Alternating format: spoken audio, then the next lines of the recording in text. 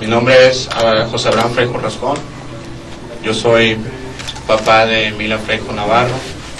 Ella falleció en la guardería ABC el 5 de junio de 2009. Bueno, ¿qué les puedo decir? Pues yo creo que ya todos saben lo que sucedió en Hermosillo. El incendio en la guardería, pues como resultado fallecieron 49 niños, 25 niñas, entre ellas mi hija, 24 niños y más de 80 niños lesionados.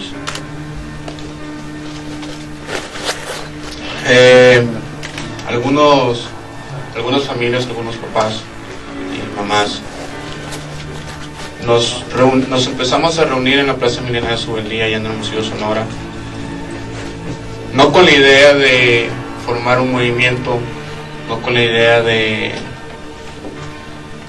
salir a las calles. Simplemente fue, yo creo, la necesidad de saber qué había sucedido en la guardería ABC, porque nuestros hijos habían muerto, ¿no?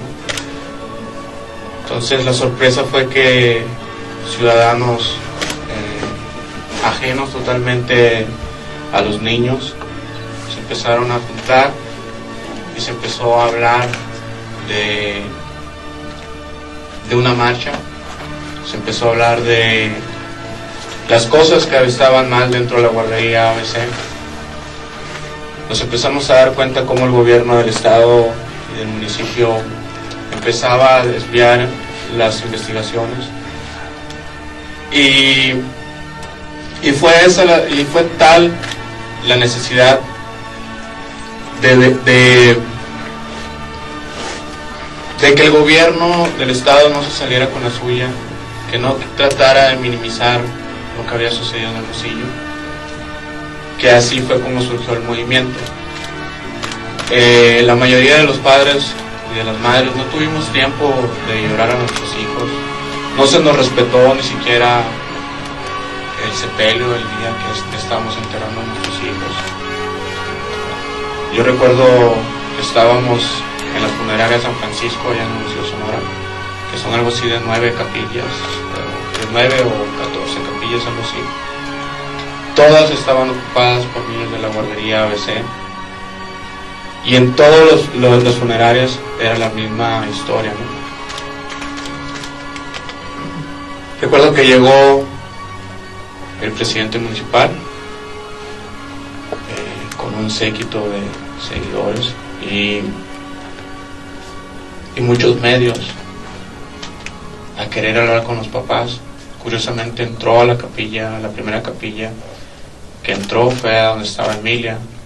Entonces yo me molesté mucho porque era algo muy personal, pues despedirnos de nuestra hija, y yo recuerdo que lo empecé a cuestionar y le decía que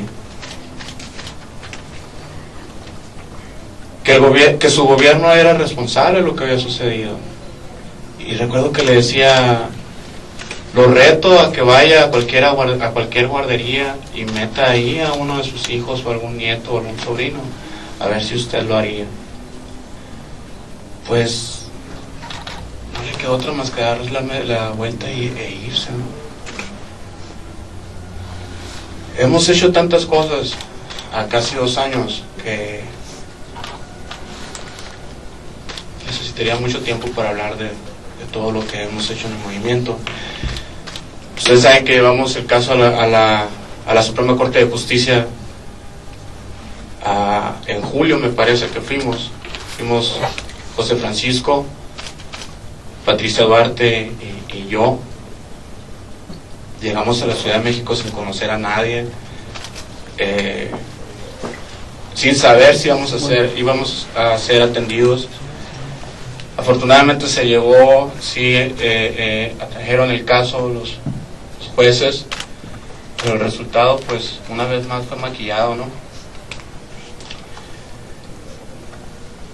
Hay datos muy curiosos dentro de la investigación de la Suprema Corte, y es algo por lo que estamos luchando el Movimiento 5 de junio.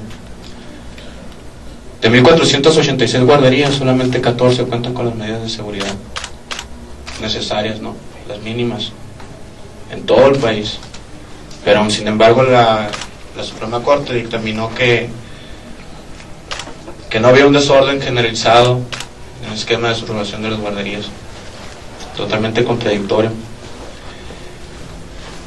Taparon también a todos los altos funcionarios de los 3 niveles de gobierno y solamente dejaron a de bajo nivel, trabajadores de bajo nivel. Sí fue un golpe duro, la verdad, para el movimiento. Sí esperábamos otro resultado, y pues como en toda historia en México, ¿no? El poder se levanta ante la justicia, ¿no? Pero ¿qué esperamos si una de las dueñas es prima de la primera dama de México?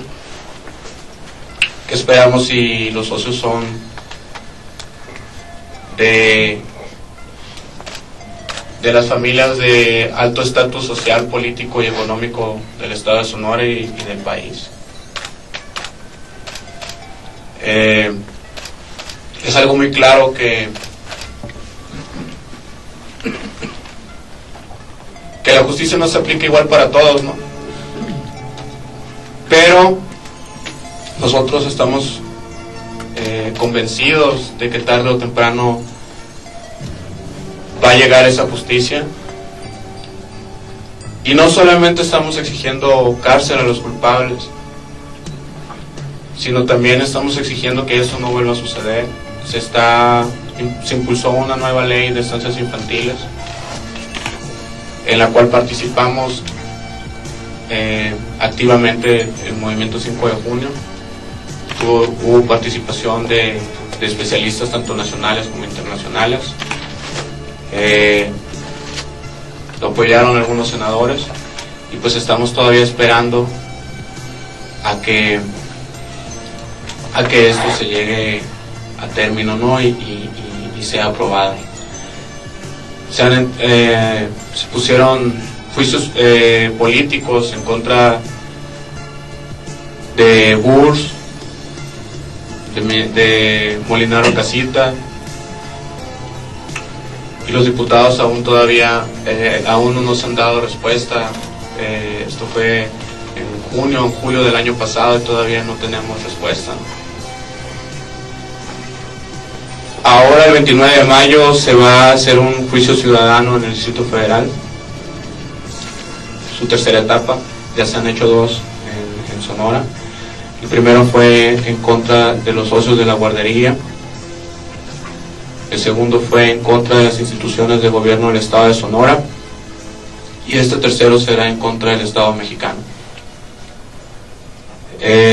Los juicios ciudadanos no son una simulación, no es una obra, no es teatro, es un ejercicio ciudadano que sirve para informar a los ciudadanos cuál es la situación jurídica del caso de la guardería ABC, y mediáticamente también pues para hacerle ver al gobierno cuál es el sentir del mexicano, cuál es el sentir de la sociedad, cómo ve el caso de la guardería ABC.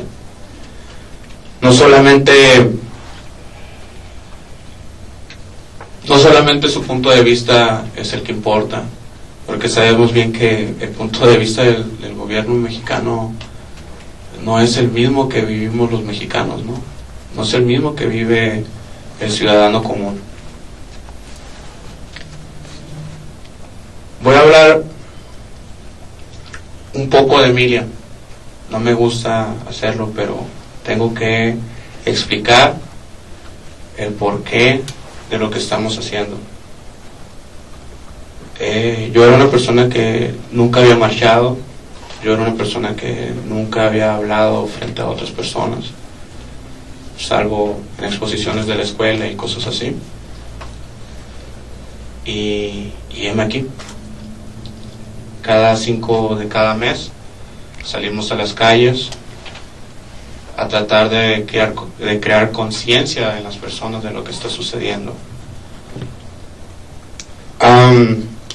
Emilia nació un 23 de marzo el 23 de marzo del 2006 a las 11:14 de la mañana.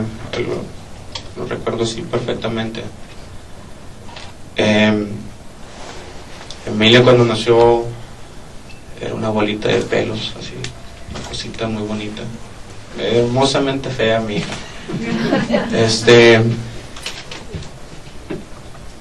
Emilia cambió mi vida mucho antes de nacer, desde el momento en el que nosotros supimos que estábamos embarazados. Cambió drásticamente mi vida.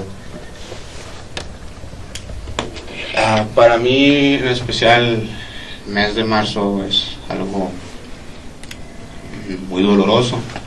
El año pasado, en vez de estar organizando piñatas, en vez de estar organizando una piñata, estábamos organizando un juicio ciudadano en Hermosillo, Sonora.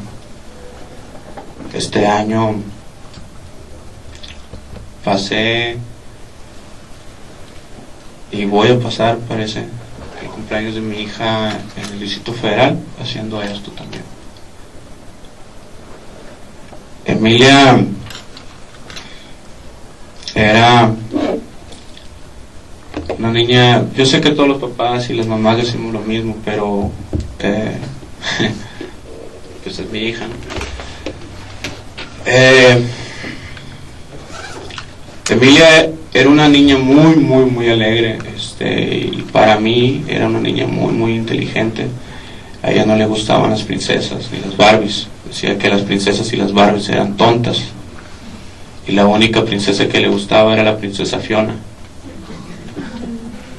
No le gustaban los cuentos de príncipes, nada así. Ella siempre inventaba cuentos, porque ella era la que me contaba cuentos a mí. Eran de brujas, era de luna, era de playa y cosas así.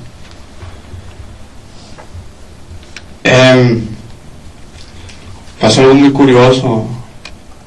Yo siempre pensaba que yo era quien le enseñaba a mi hija a vivir, a pensar, a hablar, a jugar, a leer, vaya, a vivir, ¿no? Y cuando la perdí me di cuenta que era totalmente lo contrario, ¿no? Ella era quien me enseñó a vivir, ella fue la que me enseñó a disfrutar, ella fue quien me dio la pauta, ¿no?, para ser la persona que soy hoy.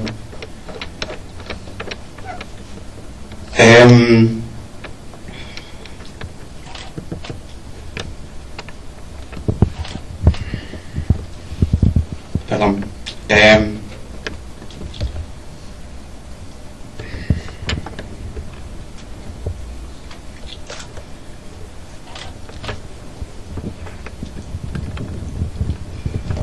Cuando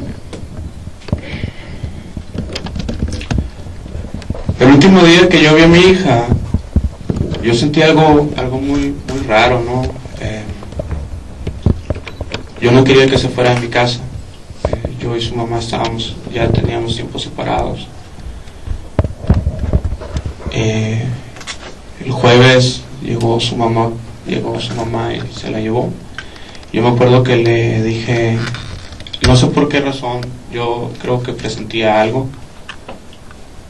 Me acuerdo que yo no quería que se la llevara y me solté llorando y le dije, a Emilia, ¿no? Le dije, no te vayas, le dije, quédate aquí conmigo. Y tenía una manera muy curiosa de decir las cosas. Emilia me dice, no te pongas triste, ya te pongaste triste tú, me dice. Y luego, sí, le digo, no te pongas triste, me dice, mañana en la tarde vengo por ti, porque era lo que yo le decía a Emilia cuando yo iba por ella, pues. Y pues ya no llegó, ¿no? Yo no tuve tiempo de despedirme de mi hija el viernes. Yo me despedí de mi hija en otras circunstancias. Y ese es el motivo del por qué estamos aquí.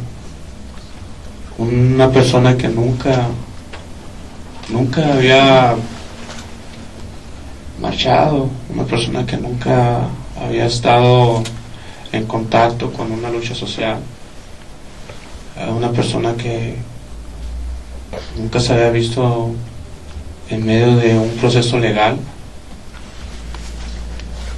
una persona que nunca había tenido contacto con el presidente. Bueno, no.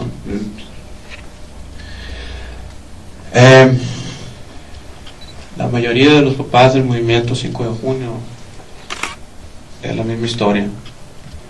No hay otra razón, no hay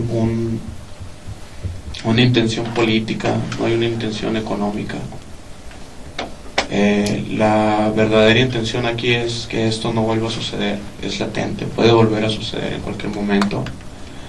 Si no me creen, vayan a cualquier estancia infantil aquí en Puebla, revísenla y van a ver que esto puede volver a suceder. No es algo extraordinario lo que estamos haciendo, no es algo fuera de lo normal. Cualquier persona que ame a su hijo reaccionaría de la misma manera. Y el que no, pues, yo creo que no ama a su hijo.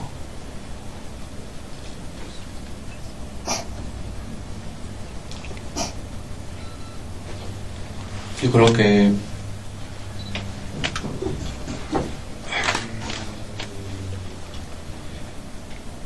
los invito a que visiten la página del movimiento. La página es www.movimiento5dejunio, el 5 es con número, .org. También algunos papás y mamás estamos siempre pasando información por medio de Twitter y de Facebook.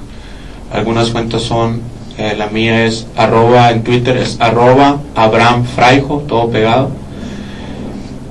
Otra cuenta es de Julio Márquez, es Julio Márquez 1. Está el de Patricia Duarte también, que es @MadreABC. Y el de José Francisco, que es @Jofa García. También les pido una disculpa, iba a asistir a este evento Roberto Zavala, el papá de Santiago de Jesús, nada más que por cuestiones de salud no pudo venir, tuvo una complicación médica un poco grave y no pudo asistir.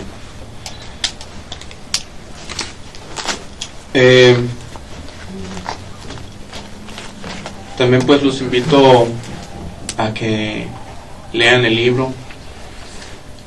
Son testimonios de lo que sucedió el primer año de lucha en la guardería ABC.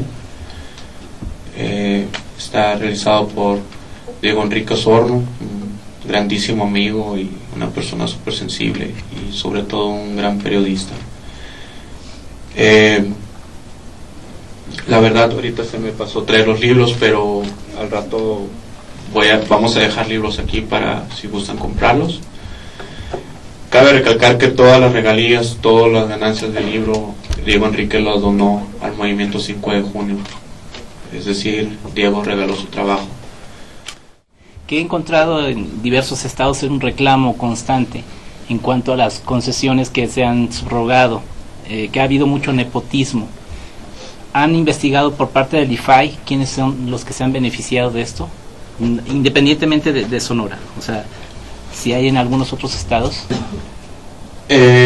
Al principio se dio una lista, no sé si recuerdas, por parte que la dio Caram, que fue la lista de los propietarios de todas las guarderías del país.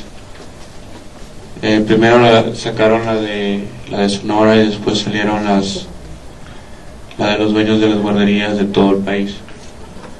Estaba muy rasurada, muy limpia la lista.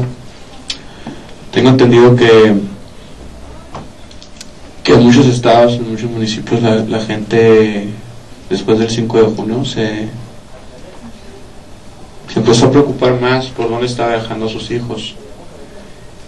Y tengo entendido que sí se clausuraron algunas guarderías después del 5 de junio, debido a que los dueños, para empezar, o sea, es así de simple. Para que a ti el IMSS te subrogue una guardería tiene que ser como logro sindical, es decir, yo, patrón, puse una guardería para mis empleados, entonces la guardería es muy grande y tengo espacio para más niños, entonces yo le digo al IMSS, oye, pues te subrógame y te subrogo y pues tú me pagas y yo atiendo más niños. Yo que sepa, yo no trabajaba para ninguno de los dueños de la guardería, ni la mamá de Emilia, y te puedo asegurar que en todo el país es la misma historia. Entonces, creo que fue en Sinaloa donde la gente empezó más a exigir que todo este tipo de cosas empezaran a aclarar. La verdad, todo el esquema está mal y pues no sé qué más decirte, hermano, la neta.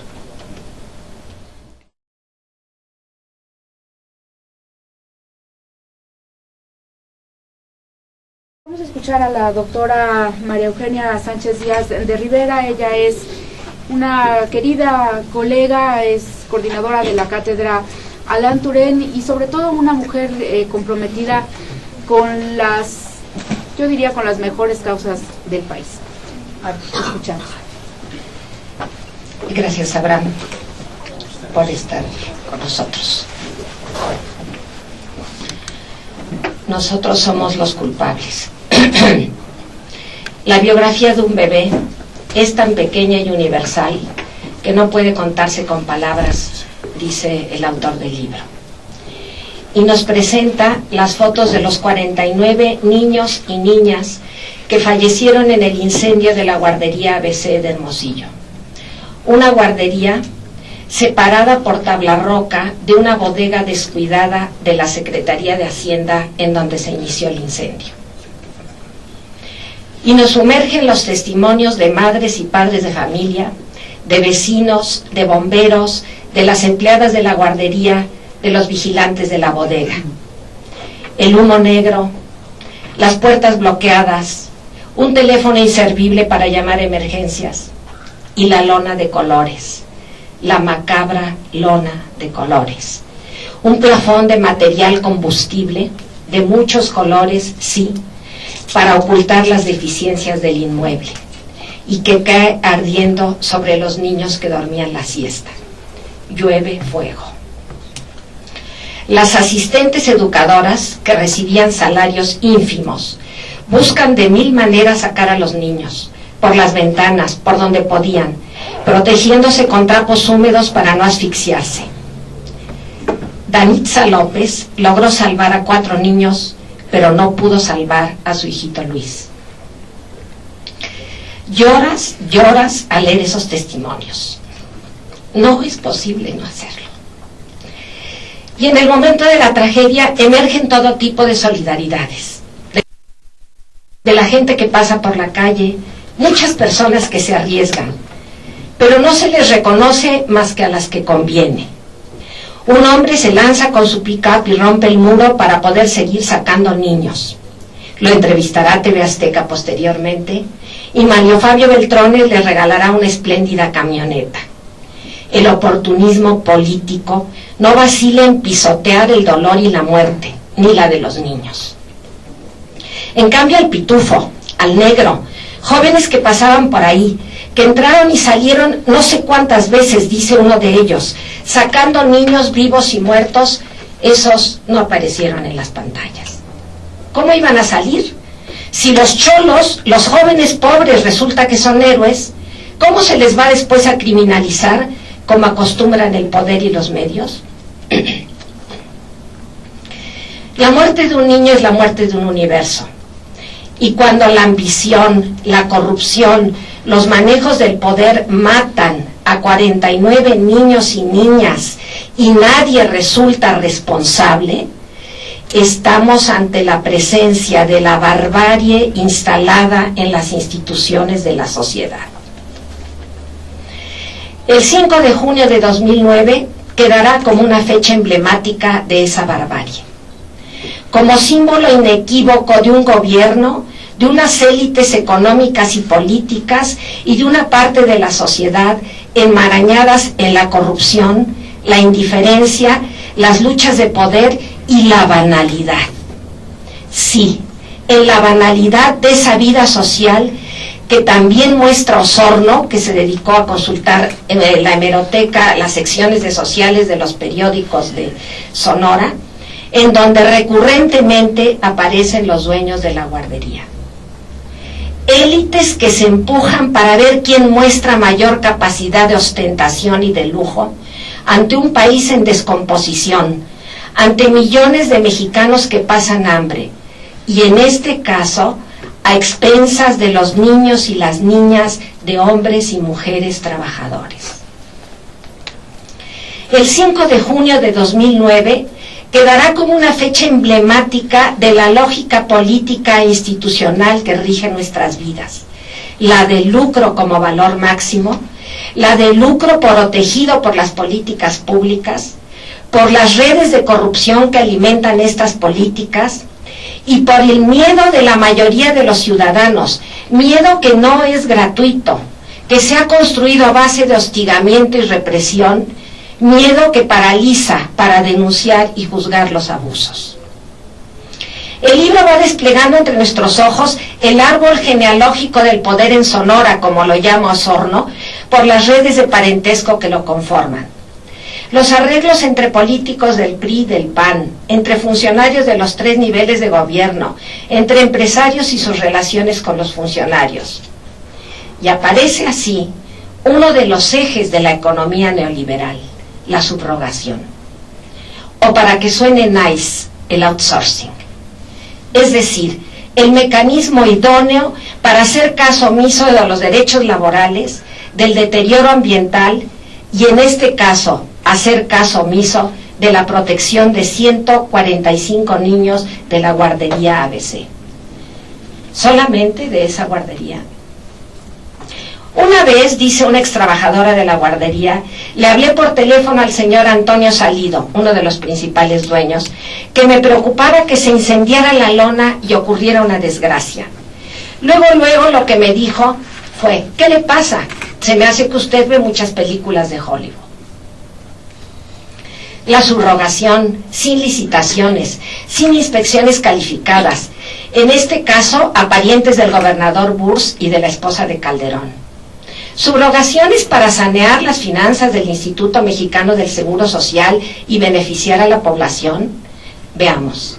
Gildardo Urquide Serrano, político y empresario, uno de los dueños de la guardería ABC, quien además es propietario de otras estancias infantiles en Hermosillo y Nogales, las cuales también le fueron subrogadas por el Seguro Social, percibe por ese concepto una ganancia mensual de $1 millón. Los niños, las niñas se convirtieron en un jugoso negocio. Pero hay un testimonio que me parece relevante porque es emblemático de la irresponsabilidad y de la ignorancia voluntaria, quiero subrayar, que nutre los mecanismos de despojo del país. Y es la declaración de Marcia Matilde Altagracia Gómez del Campo Tonella, que es la prima de Margarita Zavala y parienta política, por otro lado, de Burs, una de las dueñas. Dice ella: en relación a mi participación en la Asociación Civil Guardería ABC, debo aclarar que mi única participación desde que se constituyó legalmente ha sido la de socia capitalista, por lo que soy por completo ajena a las actividades realizadas desde el 9 de mayo de 2001. Considero necesario precisar una vez más que jamás participé en las actividades operativas. Fui ajena al lugar en donde se estableció la guardería ubicada en Ferrocarrileros y Mecánicos, así como al procedimiento que se siguió para obtener la autorización para su funcionamiento. Asimismo, fui ajena a todo lo relacionado con aprobaciones de las autoridades, etcétera, etcétera. A lo que no fue ajena fue a recibir las utilidades de la guardería que facilitaban sus viajes a Las Vegas. Después del siniestro, las autoridades nos recordaron algo que ya parece un chiste siniestro. Se investigará hasta las últimas consecuencias, caiga quien caiga. Se hará justicia. Y después el silencio y la complicidad. La información es confidencial cuando la solicitaban los padres de familia. A las enfermeras de un hospital se les advierte que no pueden contar nada de lo que han visto. El periódico Express de Hermosillo ordena que no se hable más del asunto. El arzobispo de Hermosillo le escribe al Ministerio Público abogando por los dueños de la guardería. Me reservo el derecho de responder, dicen muchos funcionarios involucrados cuando se les entrevista. No me acuerdo, solamente llené un formato. El Movimiento Ciudadano por la Justicia, 5 de junio. El 13 de junio, frente al Palacio de Gobierno de Sonora, surge el movimiento. Lo inician Roberto Zavala, papá de Santiago de Jesús, y Abraham Freijó, papá de Emilia. Roberto Zavala grita: yo soy el culpable. Soy el culpable por creer en las autoridades, por pagar mis impuestos, por votar. El día que murió Santiago, añade Roberto, murió el miedo para mí a alguna represalia, el miedo a ser reprimido. Y acto seguido viene no la justicia, sino las ofertas de indemnizaciones. Nosotros queremos justicia, no dinero, responden los agraviados. Crece el dolor, la impotencia, la rabia ante la impunidad y la burla. Se multiplican las marchas, los ayunos, surgen solidaridades inesperadas. Algunos padres de familia, sin duda desesperados, aceptan las indemnizaciones. Pero de esta lucha resulta un primer paso. La Suprema Corte de Justicia de la Nación atrae el caso, y eso sin duda se debe a esta lucha. Y la Suprema Corte dirá: sí existió, creo que así fue, ¿no? O solo fue la recomendación del ministro que hizo la investigación. No, así está. Sí existió una violación grave de garantías individuales en el caso, y se señala como autoridades involucradas a un grupo de 16 funcionarios federales, estatales y municipales, entre los que destacan el exdirector general del IMSS, Juan Molinar Orcasitas, y el exgobernador de Sonora, Eduardo Bus Castelo. Sin embargo, quedó fuera. ¿Quién quedó fuera? Juan Molinar Orcasitas. Quedó fuera. Sí. Es el principal responsable. Es el que autorizó las subrogaciones sin ninguna licitación, sin ninguna revisión de nada. Juan Molinar Orcasitas.